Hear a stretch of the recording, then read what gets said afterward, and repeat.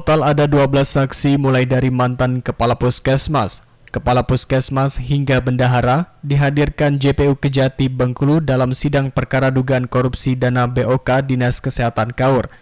Dalam keterangan para saksi ini terkuak jelas ada permintaan potongan 2% setiap pencairan dana BOK. Para saksi mengakui pemotongan terpaksa dilakukannya sebagai bawahan karena yang meminta adalah atasan mereka. Mekanismenya, uang dipotong dari biaya makan dan minum, pengadaan spanduk, dan lain sebagainya.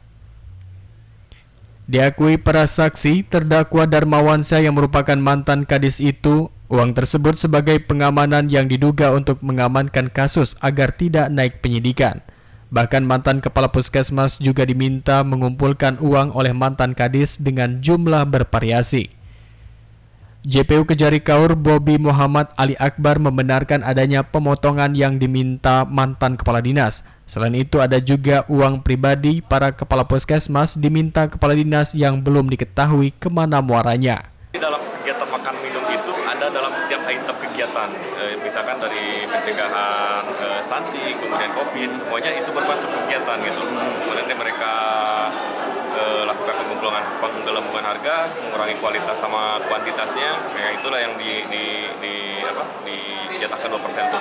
Kalau selain anggaran makan minum, ada anggaran pengadaan sebagaimana pribadi atau lainnya, Pak? Kalau untuk anggaran pribadi itu di luar dari kegiatan, karena untuk anggaran pribadi itu mereka berusaha untuk menghentikan perkara ini, Untuk perkara perintangannya, Bang? Ya. Namun Sopian Siregar selaku kuasa hukum terdakwa membantah soal permintaan 2% oleh mantan kadis karena secara fakta para saksi belum bisa membuktikan. Ya, menghadirkan saksi ini. Kalau terkait dengan 2 kampus itu, ya sama-sama kita perhatikan belum ada indikasi yang kuat yang menjadi dasar kedua kampus ini ditetapkan jadi tersangka. Karena perannya ya sama dengan kampus-kampus yang lain yang masih di luar. Itu yang pertama. Kedua, terkait dengan perintah memerintahkan untuk melakukan pemotongan itu juga masih kontradiktif. Sesama saksi aja nggak satu suara. Ada yang di. Untuk diketahui, pada 2022 lalu, 16 puskesmas di Kaur mendapat kucuran dana BOK dengan pagu anggaran 15 miliar rupiah. Anggaran tersebut sudah terrealisasi 13 miliar rupiah. Pada Maret 2022 lalu, Dinas Kesehatan Kaur menggelar rapat di kantor Dinkes Kaur. Dihadiri seluruh kepala puskesmas yang menerima kucuran dana BOK ini.